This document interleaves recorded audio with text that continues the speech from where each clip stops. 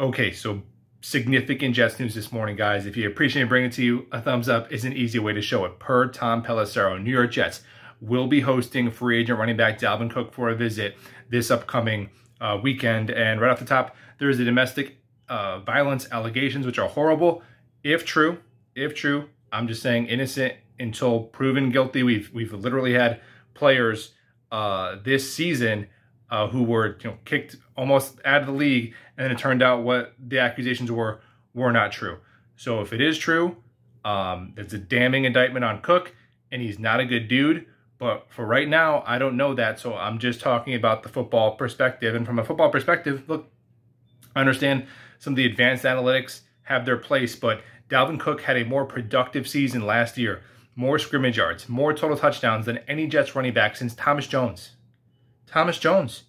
And we can watch the games. He made explosive plays and runs that no Jet running back besides Breece Hall, who's rehabbing, would be able to make since Chris Ivory, making some of those angry runs. And I think he wants Miami more than they want him. He already admitted they didn't offer him a contract on the last podcast he did. And, he wants $9-10 million. It's not happening. If Dalvin Cook gets $9+ million in guaranteed base on an annual basis, I will eat a shoe live on the channel. Ain't happening. You're talking $4 or $5 million guaranteed at most. And you may say, well, you don't believe in Breece or Michael Carter. It's not about any of that, guys. That mentality has to be done. Adding talent is not an indictment to the players that we already have here, right? We didn't need to draft Sauce Gardner because we had Breece Hall. We didn't need to draft Breece Hall because we had Michael Carter. We didn't need Aaron Rodgers. We could run it back with Mike White. It's that is no longer how we're operating, all right? There's no perfect solution. The perfect solution is Breece Hall doesn't tear his ACL. You're just making trade-offs.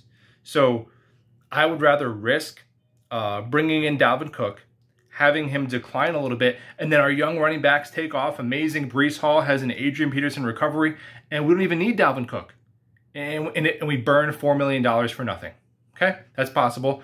I'd rather that than the opposite happen, and we're lacking the juice that we could offensively, and we just have $4 million burning a hole in our pocket. And if we can allow Breece Hall to come back slowly, especially up to the bye week, Dalvin Cook's kind of your lead back, and everybody else, Izzy, Bam, and Michael Carter, kind of compete for that number 2 role, and you have a rotation. Then Breece comes back, and him and Dalvin Cook are maybe the best tandem in the NFL.